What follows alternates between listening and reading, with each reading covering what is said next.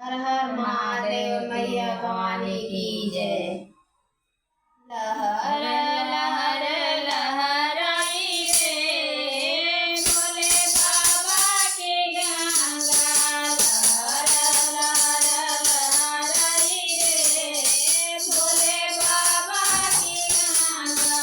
ये गंगा भगीरथ ले आए, ये गंगा भगीरथ ले आए।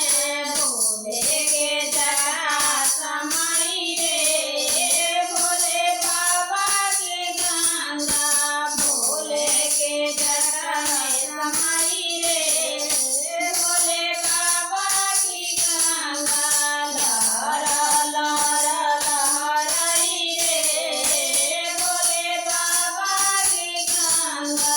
लहर लहर लहराई रे भोले बाबा की गंगा। ये काया गई गई मर गई रे, एक धारा पृथ्वी पर गिरी रे।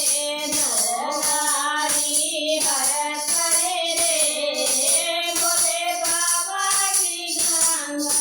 नर नारी हर करी रे भोले बाबा की गंगा। लहर लहर लहराई रे भोले बाबा की गंगा। लहर लहर लहराई रे भोले बाबा की गंगा। लहराया सावन का महीना, जब आया सावन का महीना। गंगा बड़ी हर गई रे भोले बाबा की गंगा। गंगा बड़ी मुस्कुराई रे भोले बाबा की गंगा। लहर लहर लहराई रे भोले बाबा की गंगा। लहर लहर लहराई रे भोले बाबा की गंगा। जब आया सावन का महीना, जब आया सावन का महीना।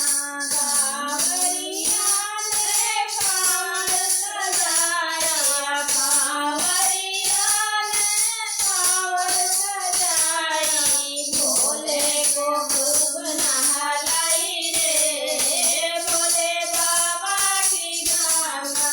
भोले को खूब नहलाई रे भोले बाबा की गंगा। लहर लहर लहराई रे भोले बाबा की गंगा। लहर लहर लहराई रे भोले बाबा की गंगा।